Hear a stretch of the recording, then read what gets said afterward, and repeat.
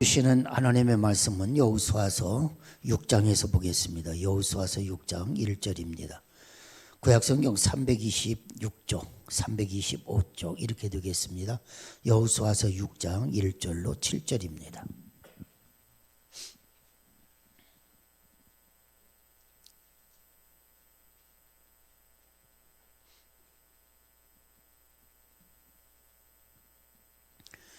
구약성경 여호수아서 6장 1절입니다. 봉독해 드립니다. 이스라엘 자손들로 말미암아 여리고는 굳게 닫혔고 출입하는 자가 없더라.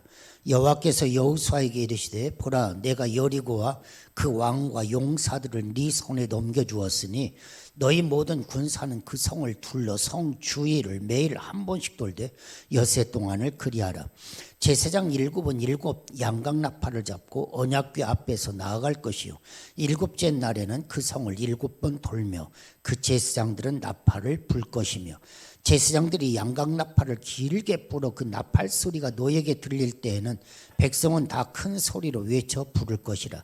그리하면 그 성벽이 무너져 내리리니 백성은 각기 앞으로 올라갈지니라 하시매, 눈의 아들 여호수아가 제사장들을 불러 그들에게 이르되 너희는 언약궤를 메고 제사장 7은 양각나팔 7을 잡고 여호와의 궤 앞에서 나아가라 하고, 또 백성에게 이르되 나아가서 그 성을 돌되 무장한 자들이 여호와의 궤 앞에서 나아갈지니라 하니라. 아멘. 1월에 큐티 교재가 여호수아라고는 이 성경 말씀입니다. 저는 이 여호수아서를 항상 새로운 일에 도전할 때마다 이 여호수아서에 있는 말씀은 너무너무 필요한 말씀이다. 저는 그렇게 생각을 합니다. 여러분, 여호수아가 두려움에 떨면서 모세의 뒤를 이은 리더로서 민족을 끌고서 가나안 땅으로 들어갈 때 얼마나 두려움이 있었겠습니까? 여러분들 새로운 일을 시작할 때는 참 힘이 들고 어려운 거거든요. 또 두렵습니다. 몸에 마음에 많은 염려가 있죠. 그럴 때마다 내가 너와 함께 한다고 약속하시는 하나님의 약속의 말씀을 믿고 의지하면서 우리가 한 걸음 한 걸음 내디딘다고 한다면 우리의 걸음의 앞에는 모든 일들이 요단이 갈라지듯이 여리고가 무너지듯이 그렇게 무너지는 역사가 있으리라. 그래서 여호수아서에 있는 말씀을 참 좋아합니다. 특별히 1월 달에 지난번에 1월 여러분이 1장으로부터 시작을 해서 5장 할례를 행하라까지 두 번에 걸쳐서 말씀을 드렸고, 오늘은 이제 세 번째 여리고성이 무너지는 그 장면을 함께 살펴보면서 은혜를 나누려고 합니다. 여러분, 티핑 포인트라고 하는 말이 있습니다. 티핑 포인트, 세계를 움직이는 백인에 선정됐던 말콤 글래드웰이라고 하는 사람, 이 사람이 쓴 말입니다. 티핑 포인트, 작은 물방울이 한 지점의 바위에 계속해서 떨어지면 어느 순간 바위에 균열이 생기기 시작한다. 이때가 티핑 포인트다, 이런 이야기입니다. 여러분, 한 방울의 빗방울이 떨어져서 마침내 바위에 균열이 일어나는 그 시점, 바로 이것이 티핑 포인트예요.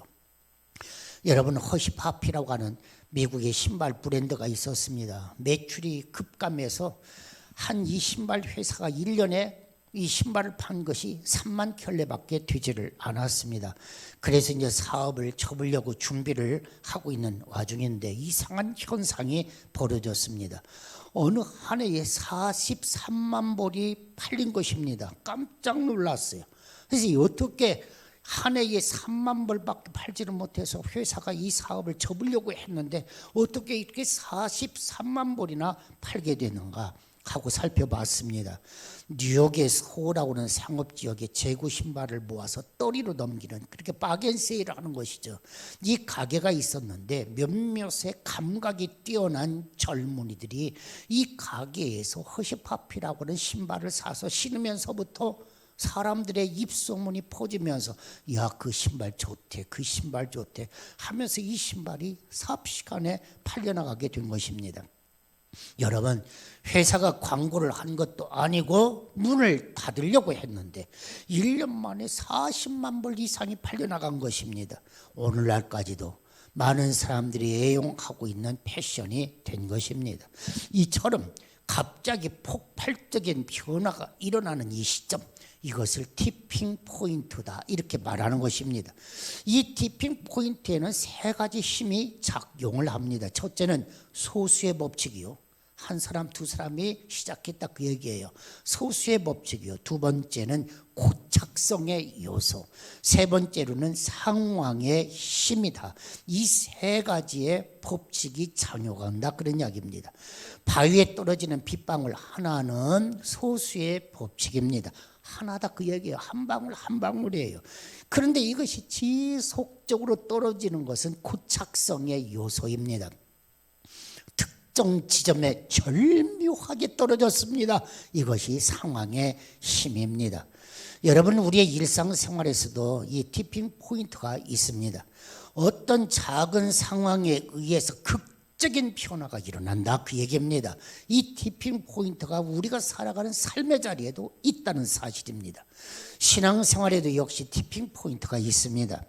여러분, 예수님을 그렇게 핍박했던 사울이 다메섹 도상에서 예수님을 만나거든요. 이것이 바로 티핑 포인트가 되는 것입니다. 오늘 본문에 등장하는 여리고성이 무너지는 순간도 역시 티핑 포인트입니다. 이 놀라운 하나님의 기적이 이루어지기 위해서는 믿음으로 하나님의 말씀을 따라 순종하는 이 소수, 어떻게 보면 이 한 사람 여호수아가 있었고요. 또 여리고성을 보면 매일 한 바퀴씩 돌았거든요. 첫째 날에 한 바퀴를 돌았다. 여기서부터 시작을 하는 것입니다. 이것이 소수의 법칙이죠. 그런데 매일같이 한 바퀴씩을 돕니다. 7바퀴 돕니다. 이것이 고착성의 요소입니다. 그리고는 마지막 순간 나팔 소리와 함께 와 꼬이칩니다. 이게 상황의 요소입니다. 이것이 결합이 되어져서 여리고성이 한순간에 무너져 내렸다 하는 이야기입니다. 사랑하는 여러분, 저는 더 크고 더 넓고 더 깊게라고 하는 이 표현을 좋아합니다. 항상 기도할 때마다도 하나님 더 크고 더 넓고 더 깊게 하옵소서. 언제가도 말씀을 드렸습니다마는 나이가 들어갈수록 여러분 그렇지 않으면 하나님 최고의 체력을 주옵소서. 그런데 최고의 체력뿐만 아니라 하나님 최고의 지성도 갖추게 하옵소서. 그런가 하면 최고의 감성도 좀 하나님 채워주옵소서. 하나님, 목회하는 일에 영성이 필요합니다. 최고의 영성도 주옵소서. 여러분, 뭐 최고로 크다 그래서 건물이 크다 그런 게 아닙니다. 하나님, 내 삶의 걸음이 내 삶의 자리자리가 크고 넓고 깊어지기를 원합니다 하는 이야기인 것이죠. 사랑하는 여러분, 지금은 작은 몸짓에 불과하지만 이것이 계속되어져서 좀 더 크고 좀 더 커지고 좀 더 넓어지고 좀 더 깊게 작용하는 그 순간, 어느 순간에게 크나큰 힘으로 돌아온다고 하는 사실입니다. 어떻게 하면 이 놀라운 부흥과 기적의 티핑 포인트가 우리의 삶 가운데 일어날 수 있을까? 사랑하는 여러분, 이 비결을 성경을 통하여 여러분들이 배우시기를 간절히 바랍니다. 여리고성은 예루살렘에서 동북쪽으로 약 30km 떨어져 있습니다. 여리고는 정상적인 군사 작전으로는 정복하기가 너무너무 힘든 곳이 여리고성입니다.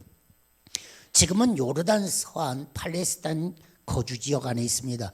여러분이 예루살렘 이스라엘의 성지 순례했던 분들은 아마 기억날 것입니다. 떠올려 보십시오. 지금은 요르단 쪽에 있는 것이 여리고성입니다. 여러분, 우리 뽕나무 나무 밑에 가서 사진도 찍었지 않습니까? 이스라엘에서는 뽕나무는 없습니다. 돌무화과 나무 이렇게 표현을 합니다. 삭개오가 올라갔다고는 뽕나무도 아마 여러분들 기억하실 것입니다. 여리고는 8,000년 전에 도시가 형성됐습니다. 그래서 지구상에서 가장 먼저 이루어진 도시라고도 표현을 합니다. 지금은 케이블카를 타고서 여리고 정상에 올라가야 합니다. 그 정도로 여리고는 그렇게 가파르다 높은 지역이다 하는 이야기인 것입니다. 그러니 천연적인 요새가 아니겠습니까? 그런데 성벽도 이중으로 만들어졌습니다. 망루에 서서 앞을 바라보면 수천 킬로미터의 시야가 확보가 될 정도로 높은 지역이다 그런 이야기입니다. 적군의 동태를 한눈에 살펴볼 수 있는 곳이 여리고성입니다.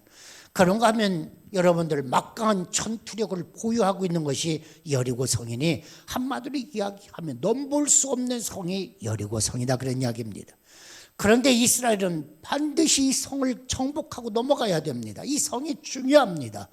여러분, 군사 및 교통의 요충지이기 때문에 또 가나안으로 진입하는 핵심 지역이기 때문에 여리고 성을 극복하고 가야만 하는 것입니다. 이 성을 장악하고 나서 이제 여러분들이 계속해서 성경을 보면 북쪽으로 치고 나가고 남쪽으로 치고 나가고, 그래서 이스라엘 전역을 이제 점령해 가기 시작하거든요. 그러니까 이 여리고 성이 중심부가 되는 거예요. 핵심부가 되는 거예요. 그래서 이 성을 꼭 넘어가야 하는 것입니다. 사랑하는 여러분, 우리가 무슨 일을 하든지 간에 제일 먼저 극복해야 하는 과제가 있더라, 그런 이야기입니다. 이걸 넘어가야지. 이걸 넘어가지 못하면 갈 수가 없어. 그것이 바로 여리고다 하는 것입니다. 사랑하는 여러분, 이 가나안 정복을 위한 또한 첫 번째 전투가 아닙니까? 어떤 희생을 감수하고서라도 이 첫 번째 이것을 이겨야 그 다음에 두 번째도 있고 세 번째도 있는 것이 아니겠습니까? 첫 테이프를 끊는 것 너무너무 중요한 것이죠. 그래서 하나님이 약속하신 가나안 정복의 시금석이 되는 것이 바로 여리고다 하는 이야기입니다. 우리는 3400여 년이 지난 이 시점에서 여리고 전투와 우리의 신앙이 무슨 관계가 있느냐 하고 물음을 던져볼 수가 있을 것입니다만은, 수천 년 전에 있었던 전쟁 이야기지만 여기에는 깊은 영적인 의미가 담겨져 있다고 하는 사실입니다. 사랑하는 여러분, 여리고성은 단순히 이스라엘 앞에 버티고 있는 성이 아닙니다. 오늘 내 앞을 가로막고 있는 나의 문제가 뭐냐, 나의 내적인 문제가 뭐냐, 나의 외적인 문제가 뭐냐, 이것이 바로 여리고성이다 하는 이야기입니다. 하나님의 약속하신 축복을 누리기 위해서는 반드시 이 성을 극복해야 하는데, 여러분, 무엇보다도 내 안에 있는 여리고성을 정복하지 않고서는 밖을 정복할 수가 없다 하는 것을 우리는 오늘 이 본문을 통하여 생각하게 되는 것입니다. 사랑하는 여러분, 여러분들 안에 있는 여리고는 무엇입니까? 내가 극복해야 할 내 내적인 부분이 뭐냐는 거예요. 내가 살아가는 삶 속에 나에게 부딪히는 외적인 요인은 뭐냐는 거예요. 내가 이것을 꼭 극복해야 돼. 이것을 뛰어넘어가야 돼. 이게 뭐냐? 생각해 보셨습니까? 사랑하는 여러분, 곰곰이 한번 생각해 보시기를 바랍니다. 내가 하나님의 축복을 받는데 걸림돌이 뭐냐는 것입니다. 내가 하나님의 약속하신 축복을 받기 위하여 반드시 극복해야 할 것이 뭐가 있느냐는 것입니다. 여러분, 이기심일 수도 있고요, 욕심일 수도 있고요, 물질과 명예에 대한 우상일 수도 있고요, 스스로 높아지려고 하는 교만일 수도 있고요, 기쁨을 잃어버린 바리새적인 신앙일 수도 있고요, 내 힘으로 극복하기 힘든 나쁜 습관도 나쁜 버릇도 있을 수가 있겠고요. 사랑하는 여러분, 우리는 내적으로나 외적으로나 내가 극복해야 할 여리고 우리는 한번 생각해 보아야 하는 것입니다. 사랑하는 여러분, 하나님의 약속과 축복을 누리시기를 원하십니까? 내 안에 있는 여리고 찾아보시기 바랍니다. 그것을 정복하기 위한 하나님의 비밀을 발견할 수 있기를 간절히 원합니다. 자, 첫 번째, 어떻게 여리고성을 극복할 수가 있을까? 첫 번째, 하나님의 말씀에 전적으로 순종했다고 하는 사실입니다. 이미 여호수아는 이해할 수 없는 하나님의 명령에 순종했습니다. 전쟁을 앞두고 지난 시간에도 살펴봤습니다마는 할례를 행했습니다. 사랑하는 여러분, 지금 전쟁이 급박한데 아니에요. 하나님은 이스라엘 백성들에게 할례를 명했어요. 그래서 너 제거해야 할 것 제거해. 이것이 할례가 아니었습니까? 여러분, 전쟁을 앞두고 유월절을 지켰습니다. 하나님이 여기까지 인도해 주셨다. 하나님 앞에 제사를 드렸다는 사실입니다. 그리고 여호와의 군대 장관 앞에 엎드려서 경배했습니다. 당신이 내 편입니까? 적군 편입니까? 하고 물었더니 군대 장관이 내가 너를 도와주기 위해서 왔다 그랬지 않습니까? 그 순간 여호수아는 어떻게 해요? 자신의 발에서 신을 벗죠. 무엇입니까? 자신의 지휘권을 내려놨다. 자기 자신을 내려놨다. 하나님의 말씀 앞에 순종했다 하는 사실입니다. 보라, 내가 여리고와 그 왕과 용사들을 내 손에 붙였노라. 네가 반드시 승리할 것이라는 것입니다. 아직 싸움이 시작되지도 않았지만 승리는 네 것이라고 하는 하나님이 주신 말씀이었습니다. 사랑하는 여러분, 이 약속의 말씀을 믿으시기를 바랍니다. 할렐루야. 여호수아에게만 주시는 것이 아니라 주님이 오늘 저와 여러분들에게 주시는 약속의 말씀입니다. 왜 그렇습니까? 내가 이겼다는 것입니다. 예수님이 이기신 분이십니다. 그러므로 너도 이길 수 있다는 것입니다. 할렐루야. 사랑하는 여러분, 너는 반드시 승리한다. 약속을 믿으시기를 바랍니다. 오늘 내 앞에 버티고 있는 영적 여리고를 정복하자 하는 모든 성도들에게 주시는 하나님의 약속의 말씀, 너는 승리한다 하는 말씀입니다. 사랑하는 여러분, 하나님의 말씀은 승리를 가져오는 최고의 무기입니다. 하나님의 말씀은 만물을 창조하는 힘입니다. 하나님의 말씀은 생명을 주시는 능력입니다. 하나님의 말씀은 사탄을 정복하는 권세 있는 말씀입니다. 하나님의 말씀은 병든 자를 치유하는 회복의 능력이 있습니다. 할렐루야. 여러분, 이 부분에서 제가 좀 하나 이야기 좀 해야겠습니다. 제가 벌써 10수년 전이에요. 어떤 친구 수술하는데 혀를 수술한 적이 있다고요. 여러분, 저는 그걸 보고 깜짝 놀랐어요. 이 수술을 하고 꿰매고 하면 다 끝난 거 아닙니까? 여러분, 수술 다 꿰매고 하면 끝난 거 아닙니까? 그런데 아니, 병원에 보니까 산소실이 있습니다. 산소실에다 집어넣더라고요. 그래서 산소를 막 뿜어요. 그래서 산소를 공급해 주더라고요. 놀라운 영적 의미가 있습니다. 사랑하는 여러분, 산소를 품어서 다시 한번 생기 있게 만들어 주더라고요. 한번 여러분 생각을 해보십시오. 하나님의 말씀은 영적인 산소입니다. 할렐루야. 여러분 기도하시지 않습니까? 기도할 때마다 하나님의 영의 호흡, 하나님이 주시는 생기의 영, 하나님이 주시는 산소 자꾸 공급받으십시오. 할렐루야. 여러분 코로 이미 여러분들은 산소를 들이마시지 않습니까? 그리고 이산화탄소를 내뿜습니다. 그것만으로 되는 게 아니라 영적인 산소, 하나님이 주시는 능력을 자꾸 호흡하십시오. 여러분 것으로 삼으십시오. 할렐루야. 병든 자 이야기하면서 제가 지금 잠깐 더 이상 간증은 안 하렵니다.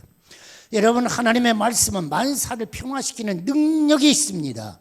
하나님의 말씀은 성령의 검입니다. 아는 자만 압니다. 깨닫는 자만 압니다. 체험한 자만 압니다. 할렐루야. 세상의 모든 죄악을 끊고 승리하게 만드는 원동력, 하나님의 말씀입니다. 사랑하는 여러분, 하나님은 영적 전쟁을 수행하는 모든 성도들에게 하나님의 전신갑주를 입으라고 말씀합니다.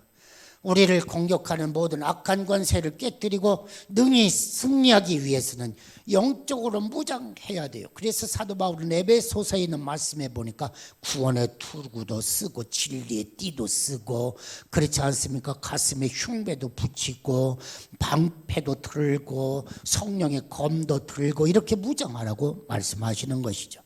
사랑하는 여러분, 우리가 영적 전쟁에서 승리하는 비결이 무엇입니까? 하나님의 말씀이더라. 할렐루야. 그래서 하나님께서는 하나님의 약속을 성취하기 위한 비결로 여호수아에게 말씀하시죠. 오직 강하고 극히 담대하여 나의 종 모세가 너에게 명령한 율법을 다 지켜 행하고 좌루나 우루나 치우치지 말고 어디로 가든지 그리하면 네가 형통할 것이다. 하나님의 말씀이 네 입에서 떠나지 말게 해라. 하나님의 말씀을 주야로 자꾸 묵상해라. 그리고 이 안에 주신 말씀, 그 말씀 지켜 행하라. 그리하면 내 길이 형통하게 될 것이다. 할렐루야. 할렐루야. 그렇습니다. 여러분들 큐티하시지 않습니까? 저는 카네기라고 하는 사람의 인생 이야기를 많이 좋아합니다. 카네기하고 어떤 경영의 원리 뭐 이런 것들도 있어요. 카네기의 인간관계론 뭐 이런 것들이 있어요. 제가 딸에게도 카네기의 경영학 뭐 이런 것도 제가 선물을 해줍니다. 여러분 그걸 보면 내 인생을 경영하는 방법이 거기 있다. 그런 것이죠. 카네기는 그 이야기를 합니다. 책 한 챕터를 읽다가 그 다음으로 나가지 말래요.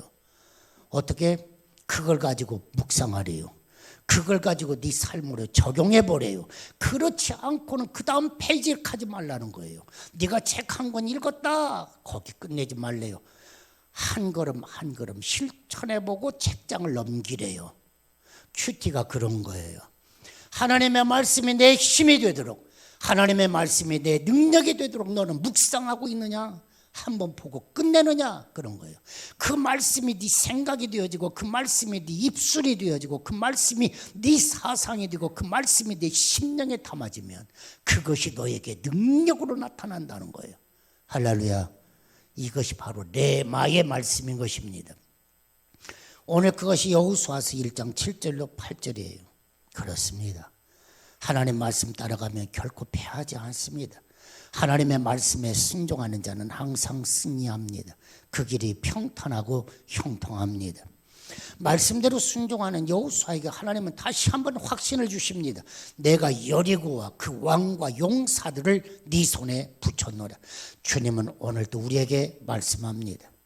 내 말씀대로 순종만 해라. 그리하면 너는 승리할 것이다. 할렐루야. 약속의 말씀을 꽉 붙잡으시기를 바랍니다. 여러분은 패배할 인생이 아닙니다. 여러분은 승리하게끔 되어 있습니다. 왜요? 예수가 승리자이기 때문입니다. 그래서 내가 승리자니 나와 함께 동행하는 너도 승리할 것이다. 믿으시기를 바랍니다.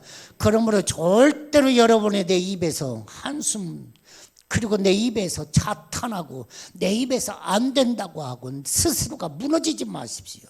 항상 나는 강하다, 담대하다. 하나님이 나와 함께 하신다. 할렐루야. 이것이 첫 번째 비결입니다. 두 번째는 믿음으로 행동하시기를 바랍니다. 하나님이 제시한 여리고성의 공격작전은 상식을 뛰어넘는 그런 것이었습니다. 성벽을 부술 수 있는 특공대를 조직하라고 하는 것도 아니었습니다. 칼도 만들고 창을 만들라 그런 건 아니에요. 성 주위를 매일 한 바퀴씩 돌아라 그랬습니다. 그리고는 마지막 7일째 되는 날에는 7바퀴를 돌고 제사장의 나팔 소리와 함께 소리를 지르면 견고한 여리고성이 무너진다는 것입니다. 참으로 황당한 명령입니다. 여러분 이 장면을 한번 상상을 해보십시오. 눈앞에 여리고성이 딱 버티고 있습니다. 성문은 꽉 닫혔습니다. 그런데 여러분 적막감이 감돌고 있는, 긴장감이 감돌고 있는 이 순간 저벅 이스라엘 백성들이 성을 한 바퀴 돕니다.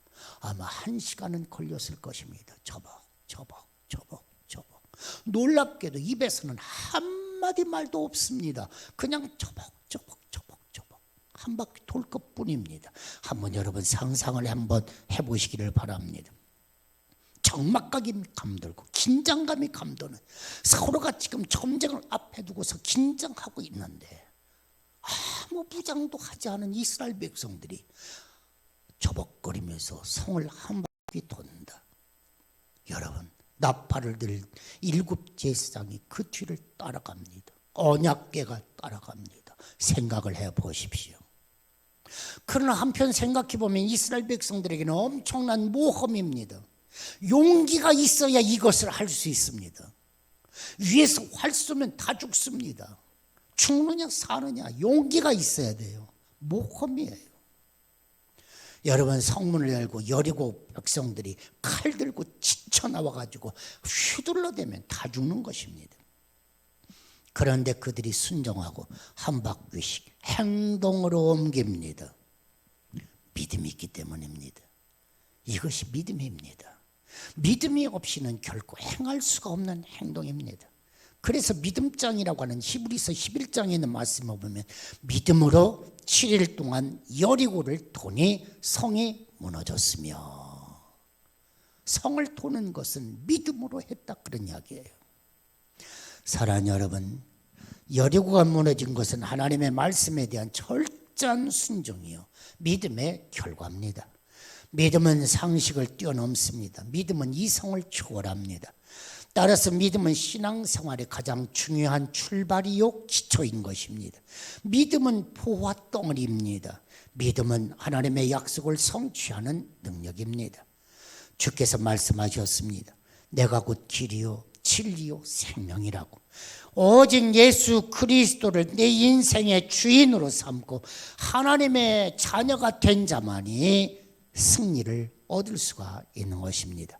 예수 그리스도의 이름에 권세를 믿고 나가는 자는 반드시 승리한다. 이것이 두 번째 원리입니다. 세 번째, 이스라엘 백성들은 침묵했다고 하는 사실입니다. 이스라엘 백성들은 적군의 목전에서 매일 성을 한 바퀴씩 돌고 있습니다.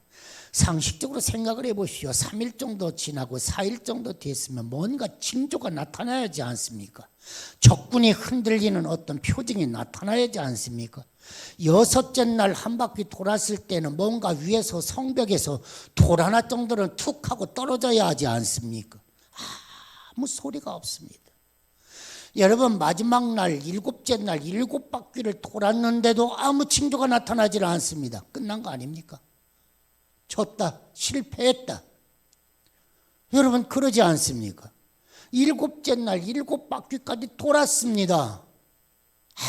아무런 징조가 나타나질 않습니다. 꿈쩍도 하지 않습니다.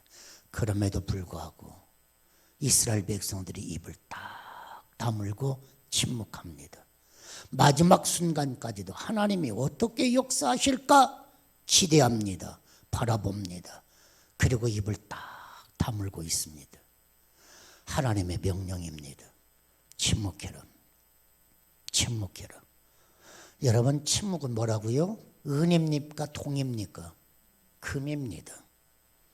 침묵하는 자가 입 한 번 열면 무서운 겁니다. 사랑하는 여러분, 그래서 침묵은 금입니다. 여러분, 침묵해라. 10절에 보니 여호수아가 백성에게 명령하여 이르되 너희는 외치지 말며 너희 음성을 들리게 하지 말며 너희 입에서 아무 말도 내지 말라. 그러하다가 내가 너희에게 명령하여 외쳐라 하는 그 순간, 그날에 너희는 외치지니라. 사랑하는 여러분, 마지막 승리의 비결이 여기에 있는 것입니다. 이스라엘 백성들이 전체의 힘이 한순간에 딱 표출되는 겁니다. 그때 여리고가 무너지더라 그랬어요. 한번 생각을 해보십시오. 왜 하나님이 이스라엘 백성들에게 입을 다물라고 하시겠습니까? 인생은, 인간은 원망의 선수들입니다. 여러분 한번 생각을 해보십시오. 여러분들은 불평의 선수들입니다. 우리는 불만 덩어리들입니다. 감사가 없어요. 입만 열면 불평입니다. 입만 열면 원망입니다. 그래서 하나님이 입 다물어 하고 명령하시는 겁니다. 출애굽한 1세대들은 가나안에 오지를 못했습니다. 왜요? 원망하고 불평하다가 광야에서 다 죽었습니다. 사랑하는 여러분, 우리는 약속이 이루어지지 않을 그 시점에 자연스럽게 우리는 우리의 입에서 원망이 터져나올 수가 있는 것입니다. 여러분, 만약에 무슨 작전이 이래? 야, 우리가 겁쟁이냐? 야, 이렇게 뺑뺑 돌다가 우리를 죽게 만드느냐? 아마 역사가 일어나지 않았을 것입니다. 그런데 딱 침묵합니다. 신경이 예민한 상황 속에서는 누구나가 부정적인 말을 내뱉기가 쉽습니다. 그런데 놀라운 건 부정적인 생각은 엄청난 전염성을 가지고 있다고 하는 사실입니다. 순식간에 이스라엘 진이 무너질 수가 있는 것입니다. 그래서 하나님도 고도의 심리작전을 펼치는 겁니다.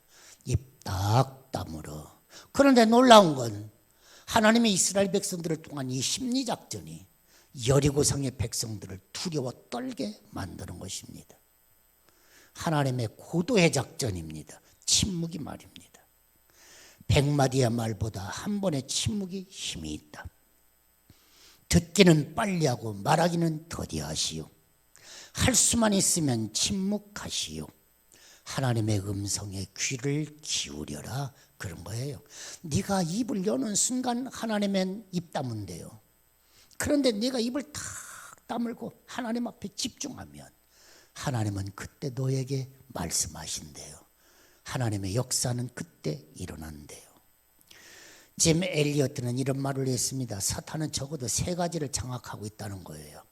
자, 사탄이 장악하고 있는 게 뭐냐? 첫째는 시끄러움, 소음입니다. 사탄이 장악하는 두 번째는 조급함입니다. 사탄이 장악하고는 세 번째는 군중입니다. 그래서 사탄은 시끄러움, 조급함, 이 군중을 통해서 사탄이 역사한다는 것입니다. 그러나 승리하기를 원한다면 이 세 가지를 극복해야 하는 것입니다. 조급함을 버리고 하나님을 바라볼 줄 아는 인내, 하나님의 말씀에 집중할 줄 아는 집중력, 군중 심리에 휩쓸리지 않는, 좌로나 우로나 치우치지 아니하고 뒤돌아보지 아니하고 오직 앞만 뚫어지게 쳐다볼 수 있는 집중력, 이것이 승리의 비결이죠. 사랑하는 여러분, 영적 전쟁에서 승리하기 위한 하나님의 때를 기다릴 줄 알아야 됩니다. 여러분, 마지막 1분을 참지 못해서 얼마나 무너집니까? 마지막까지 1분 1초까지 하나님의 뜻이 이루어지기까지 기다릴 줄 아는 인내가 오늘 저와 여러분에게 있기를 예수님의 이름으로 축원합니다. 일본에 후나이 유키오라고 하는 사람이 지금 100마리 원숭이라는 책이 있습니다. 꼬지마라고 하는 무인도에 원숭이들이 살았습니다. 원숭이들은 고구마를 뽑아가지고요, 흙을 툴툴 털어내고 그리고서 고구마를 먹었습니다. 그런데 어느 날 조그마한 새끼 원숭이 한 마리가 고구마를 뽑아가지고 물에다가 씻어서 먹는 겁니다. 그러자 다른 원숭이 한 마리가 또 흉내를 냅니다. 툴툴 흙만 털어서 먹는 게 아니라 물로 씻어가지고 먹습니다. 그런데 보니까 모든 원숭이들이 다 물에다가 씻어서 고구마를 먹는 것입니다. 여러분, 그런데 또 놀라운 것은 고지마 섬의 원숭이들만 그런 게 아니라 옆에 섬에 사는 원숭이들도 고구마를 툴툴 털고 먹는 게 아니라 물에다가 씻어서 먹는 겁니다. 서로 간에 접촉도 없었습니다. 서로 간에 의사소통도 없었습니다. 그런데 마치 신호를 보내기나 한 것처럼 똑같이 고구마를 씻어서 먹는 것입니다. 이걸 연구를 했습니다. 그리고는 이렇게 결론을 내렸습니다. 어떤 공동체에 도움이 되는 특별한 행동이 이루어지면 그것은 점점 퍼지게 되어 있다. 그리고 동일한 행동을 하는 자들이 100명이 되면 거리나 공간에 상관없이 모든 공동체에 확산된다. 그래서 이런 현상을 가리켜서 100마리째 원숭이 현상이라 이렇게 연구 결과를 내놨습니다. 처음에는 아무도 주목하지 않지만 그것이 계속되면 점점 세력이 퍼진다는 것입니다. 마침내 100번째 사람까지 확산이 되면 전체적인 행동 양식이 된다는 것입니다. 잘 한번 생각을 해 보십시오. 한 마리 원숭이처럼 새로운 시도가 필요하다는 것입니다. 그런가 하면 비록 작은 몸짓이라도 100번째 원숭이가 따라하면 마침내 공동체 전체가 변화되는 역사가 일어난다는 것입니다. 여러분, 나비 효과라는 말 아시죠? 기상학자인 로렌츠 미국 사람이 사용한 용어입니다. 여러분, 나비가 아무리 날갯짓을 해봐야 그것이 얼마나 바람을 일으킬 수 있겠습니까? 그런데 아니에요. 나비의 날갯짓 하나가 날씨 변화를 일으키더라는 거예요. 여러분, 한번 생각을 해보십시오. 작은 사건이 후에 엄청난 결과로 이어지더라는 거예요. 이것이 나비 효과예요. 오늘 대수롭지 않던 작은 바람이 모여서 어느 날 거창한 회오리바람이 되듯이 우리의 작은 믿음의 몸짓이 하나님의 기적을 이룬다는 사실입니다. 할렐루야. 여러분들, 저와 여러분들의 작은 믿음의 날갯짓 하나가 하나님이 일으키는 거대한 회오리바람으로 연결이 된다는 거예요. 그래서 하나님은 지금도 첫 번째 원숭이를 찾고 있습니다. 또 하나님은 100번째 원숭이를 찾고 있습니다. 그 원숭이가 바로 여러분이 되기를 하나님이 원하시는 것입니다. 티핑 포인트. 오늘 저와 여러분들이 이 티핑 포인트의 기적을 일으키는 한 사람이 되시기를 예수님의 이름으로 축원합니다. 뿐만 아니라 여러분의 삶 속에서도 오늘 여리고성이 무너지는 이 무너짐의 원리, 승리의 원리를 한번 잘 생각을 해보십시오. 그리고 쉽게 포기하지 마십시오. 그것을 어떻게 뚫고 나갈까 하고 여러분이 집중을 해보십시오. 그리고 작은 믿음의 몸짓을 해보십시오. 그것이 엄청난 회오리바람으로 여러분의 삶 속에 기적 같은 역사를 일으킬 것입니다. 이 놀라운 은혜, 이 놀라운 축복이 2022년, 이 이민년, 이 한 해는 코로나19가 극복되는 한 해일 뿐만 아니라 여러분의 삶의 자리가 이렇게 놀라운 하나님의 기적의 회오리바람을 일으킬 수 있는 작은 믿음의 몸짓, 이 한 해가 되시기를 예수님의 이름으로 축원합니다. 하나님 감사합니다. 우리의 연약함을 아십니다. 도와주시고 우리로 하여금 성령 안에 거하도록, 그래서 하나님 믿음과 소망과 사랑의 몸짓, 비록 작은 것이지만 뭔가 작은 하나의 새로운 변화, 이 작은 새로운 이 변화를 통하여 엄청난 기적, 회오리바람 같은 기적의 역사가 일어나는 그런 주인공이 될 수 있도록 하나님의 축복하시고 인도하여 주옵소서. 예수님의 이름으로 기도하옵나이다. 아멘.